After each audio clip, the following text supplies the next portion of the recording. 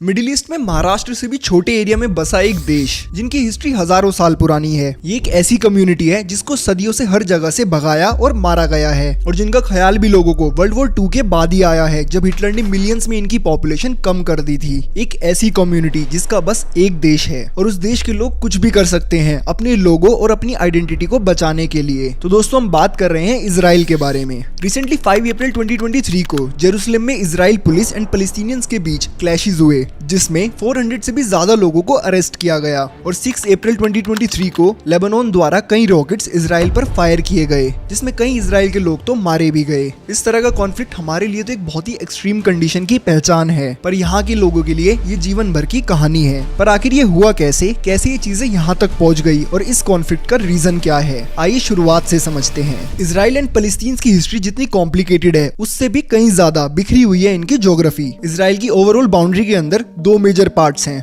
जो पैलेस्टीन के नाम से जाना तो जाता है, बट पूरा देश इजरायली है। पहला पार्ट है गाजा स्ट्रिप, जो कि मेडिटेरियन सी से जुड़ा है, और दूसरा वेस्ट बैंक, जो जॉर्डन से अपना बॉर्डर शेयर करता है। पैलेस्टीन में मेजोरिटी रिलीजन है इस्लाम और इजराइल में मोस्टली लोग जुडाइज्म रिलीजन को फॉलो करते हैं। वेस्ट बैंक के 165 आइलैंड्स या पार्ट्स पैलेस्टीन के लोगों के अंडर आते हैं और 230 स्मॉल पार्ट्स जहाँ इजराइलियंस हैं। इसी वेस्ट बैंक में बसी है एक सिटी जिसका नाम है जेरूसलम, और ये अकेला एरिया एक ऐसा एरिया है जो ना ही पैलेस्टीनियंस के अंडर आता है और ना ही इजराइलियंस के अंडर। दरअसल ये एरिया डायरेक्टली यूएन द्वारा ही कंट्रोल किया जाता है, क्योंकि जेरूसलम इस्लाम, जुडाइज्म और क्रिश्चियनिटी तीनों ही रिलीजन के लिए सबसे ज्यादा होली प्लेस माना जाता है, और यही डिस्ट्रीब्यूशन मेन कारण है इजराइल एंड पैलेस्टीन के बीच हुए कॉन्फ्लिक्ट का। एक तरफ जहाँ इजरायली ज्यूज यहाँ अपना घर और अपना देश बसाना चाहते हैं, वहीं दूसरी तरफ पैलेस्तीनी मुस्लिम्स अपना घर बसाने के साथ साथ ज्यूज को भी यहाँ से मिटाना चाहते हैं। फर्स्ट वर्ल्ड वॉर के दौरान वर्ल्ड 2 पार्ट्स में डिवाइडेड था, allied powers France, Britain, Russian empire, Italy, Japan and USA, और दूसरा सेंट्रल पावर्स जिसमें जर्मनी, ऑस्ट्रिया हंगरी और टर्की, जो कि ओटोमन एम्पायर के अंडर ही आती थी। उस दौरान इजराइल वाला पार्ट भी ओटोमन एम्पायर के अंडर ही था, और उस समय भी कम मेंबर्स ही सही, बट ज्यूज इजराइल वाले पार्ट में रहते थे।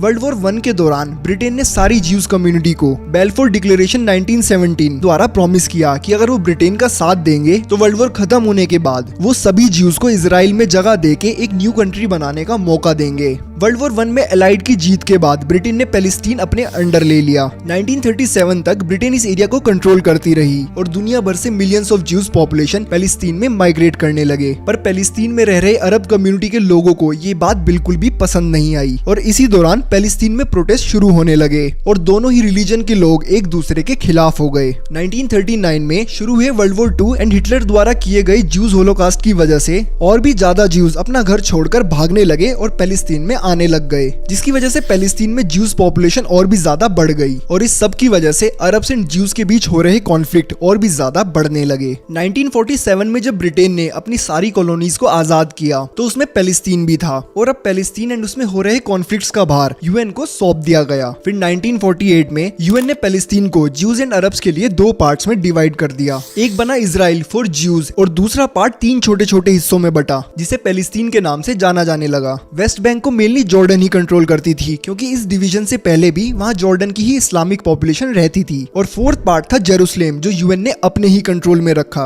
अब दोस्तों, यहाँ गौर करने वाली बात ये है कि ज्यूज तो इस डिवीजन से खुश थे बट अरब्स नहीं, और इसीलिए 1948 में इजराइल के इंडिपेंडेंस के नेक्स्ट डे ही आसपास की सभी अरब कंट्रीज ने, जिसमें थी Egypt, Jordan, Iraq, Syria, Saudi Arabia and Lebanon, ने एक अकेली कंट्री इजराइल के ऊपर वॉर छेड़ दी। अब सुनने में तो सबको यही लगेगा कि जहाँ एक तरफ इतनी सारी कंट्रीज हैं, भला उसका मुकाबला इजराइल अकेले कैसे करेगा। पर दोस्तों, इजराइल और अरब कंट्रीज के बीच हुई इस फर्स्ट वॉर में कुछ ऐसा हुआ जिसकी उम्मीद किसी को भी नहीं थी। हुआ कुछ यूं कि ये वॉर 1 साल तक चली, जिसके बाद फाइनली इजराइल जीत गई। वॉर के एंड में West Jerusalem, East Gaza and Acre Israel के कंट्रोल में आ गया और वेस्ट बैंक को जॉर्डन एंड गाजा को इजिप्ट ने एनेक्स कर लिया। इस वॉर के बाद पैलेस्टीन में रह रही कई अरब पॉपुलेशन ने अपने घर छोड़ के आसपास वाली अरब कंट्रीज में माइग्रेट होने लगे, और वहीं दूसरी तरफ जो ज्यूज पॉपुलेशन अरब कंट्रीज में रह रही थी, उन्होंने अब धीरे धीरे इजराइल में पनाह लेना शुरू कर दिया। कुछ सालों बाद इजराइल एंड अरब कंट्रीज के बीच स्टार्ट हुई second war, but for Swiss canal, जिसमें एक तरफ थी इजराइल, फ्रांस एंड ब्रिटेन और दूसरी तरफ स्विस कैनाल को नेशनलाइज करने वाला इजिप्ट। बट ये वॉर ज्यादा लंबे समय नहीं चल पाई क्योंकि यूएस के इंटरवेंशन की वजह से इस वॉर को रोक दिया गया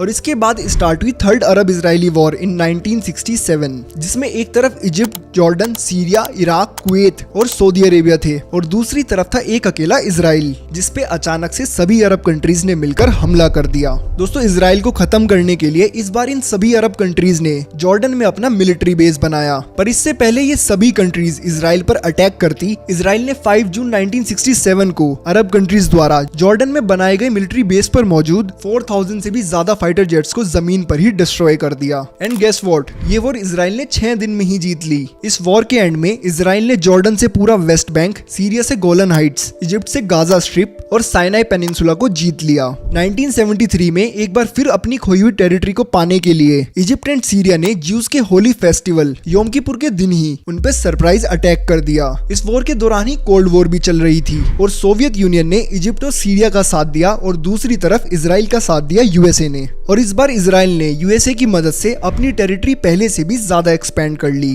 पर 1967 की वॉर के बाद ही इजिप्ट ने सुइस कैनाल को 8 सालों के लिए बंद कर दिया और तब जाकर फाइनली कई डिस्कशंस के बाद दोनों देशों ने पीस ट्रीटी साइन की और 1975 में सुइस कैनाल को ओपन कर दिया गया और जिसके बाद 1979 में इजराइल ने साइनाई पेनिनसुला इजिप्ट को वापस कर दिया और गोलन हाइट्स का कुछ पार्ट सीरिया को। 1980 के दौरान इजरायली पॉपुलेशन ने ईस्ट जेरूसलम की कई स्ट्रीट्स को ऑक्यूपाई कर लिया। फिर 1987 में पैलेस्टीन के लोगों ने इजरायली गवर्नमेंट के खिलाफ प्रोटेस्ट करना स्टार्ट कर दिया और चीजें और भी ज्यादा कॉम्प्लिकेटेड होने लगी। उसी दौरान हमस भी धीरे धीरे बढ़ने लगा। हमस एक सुन्नी फंडामेंटलिस्ट ऑर्गेनाइजेशन है जो पैलेस्टीन को इजरायली कंट्रोल से आजाद करवाना चाहती है। इसी ऑर्गेनाइजेशन को 2007 में कई देशों द्वारा टेररिस्ट ऑर्गेनाइजेशन भी घोषित कर दिया गया था। 1991 में Israel and Palestine Liberation Organisation यानी पीएलओ के बीच पीस एग्रीमेंट्स होना शुरू हुआ। इजराइल ने पीएलओ को ऑफिशियली रिकॉग्नाइज किया और इस बात से एग्री किया कि पैलेस्टीन के कुछ हिस्सों में ऑटोनोमस गवर्नेंस करेंगे और इसी एग्रीमेंट को ओस्लो अकॉर्ड के नाम से भी जाना जाता है और पीएलओ गवर्नमेंट आज फतह के नाम से जानी जाती है।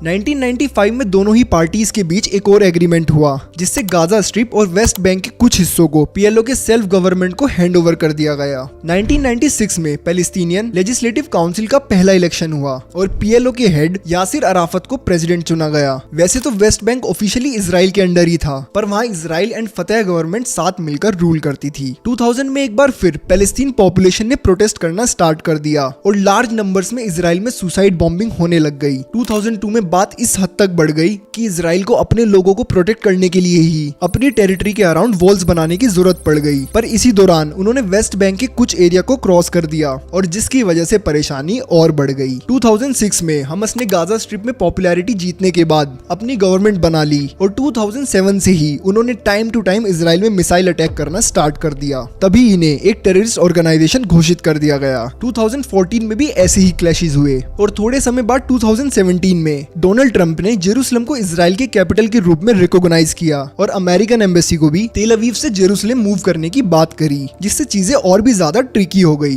2021 में इजराइल और पैलेस्टीन के बीच और भी ज्यादा कॉन्फ्लिक्ट हुए एंड मोस्ट रिसेंटली 5 अप्रैल 2023 को भी जेरूसलम के अलक्सा मॉस्क में इजरायलियन पुलिस एंड पैलेस्टीनियन पॉपुलेशन के बीच एक कॉन्फ्लिक्ट हुआ जिसमें 50 से भी ज्यादा लोग इंजर्ड हुए और 400 से भी ज्यादा पैलेस्टीनियंस को अरेस्ट किया गया। जेरूसलम और उसका अलक्सा मॉस्क हजारों सालों से तीनों अब्राहमिक रिलीजन्स जो कि हैं जुडाइज्म, क्रिश्चियनिटी एंड इस्लाम, तीनों के लिए ही काफी इंपॉर्टेंट है। इस्लाम के लिए तो ये मक्का और मदीना के बाद थर्ड होलीस्ट साइट है और जुडाइज्म और क्रिश्चियनिटी के लिए तो सबसे होली साइट। क्रिश्चियनिटी के अकॉर्डिंग तो इसी सिटी में जीसस क्राइस्ट ने क्रॉस लेके वॉक किया था और फिर गोलगाटा में उन्हें क्रूसीफाई कर दिया गया। अब अगर बात करी जाए इस्लाम के बारे में तो इस्लाम के लिए यहाँ पे बने डोम ऑफ द रॉक की इंपॉर्टेंस बहुत ही ज्यादा है। बताया जाता है कि इसे 688 एडी में बनाया गया था और यहीं से प्रॉफिट मोहम्मद जन्नत के लिए रवाना हुए थे। कुछ लोगों को ये भी मानना है कि वो मॉस्क ये नहीं है बल्कि अलग सा है और मुस्लिम्स मक्का से पहले इसी डायरेक्शन में फेस करके प्रे करते हैं। और बाकी लोगों का मानना था कि डोम ऑफ द रॉक एक फाउंडेशन स्टोन भी है जो कि जुडाइज्म में बहुत ही ज्यादा मान्यता रखता है। जुडाइज्म के अकॉर्डिंग पूरी दुनिया इसी प्लेस से एक्सपैंड हुई है और इसी प्लेस को होली ऑफ द होलीज के नाम से भी जाना जाता है और ज्यूज कभी भी होली ऑफ द होलीज में एंटर नहीं करते और इसके वेस्टर्न वॉल पे ही प्रेयर करते हैं। दुनिया भर के ज्यूज भी हमेशा इसी वॉल के डायरेक्शन में फेस करके प्रे करते हैं। और इस साल तो तीनों ही रिलीजन के फेस्टिवल एक साथ ही पड़ गए। 23 मार्च से 21 अप्रैल तक इस्लाम के रमजान,